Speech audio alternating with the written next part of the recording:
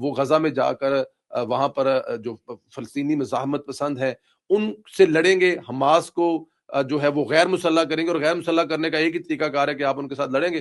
اور جن کو آج تک اسرائیل کی فوج جو ہے وہ نہیں روک سکی، تو پھر یہ جو جائیں گے وہاں پہ کیا کر لیں گے. تو میرے خیال میں اس کا حل یہ نہیں ہے جو کہیں کسی جگہ پر بیٹھ کے سوچے ہیں کہ دنیا بھر سے مسلمانوں کی فوج اکٹھی کریں گے اور حماس سے لڑا دیں گے اور وہ حماس کو غیر مسلح کر دیں گے. دیکھیں یہ ان کے گھر میں گھس کر ایسا کرنا میرے خیال میں کسی بھی طرح سے مناسب نہیں ہے. ایک نئی جنگ شروع ہو جائے گی، اسرائیل سے نکل کر پوری دنیا کے مسلمانوں کے ساتھ جنگ شروع ہو جائے گی. تو میرے خیال میں ایسا نہیں ہونا چاہیے یا ایسا نہیں ہوگا. ہاں، پاکستان جو ہے وہ امن فوج میں جائے گا، وہاں پہ امن قائم کرنے کے لیے، فلسطینیوں کی داد رسی کے لیے جائے گا.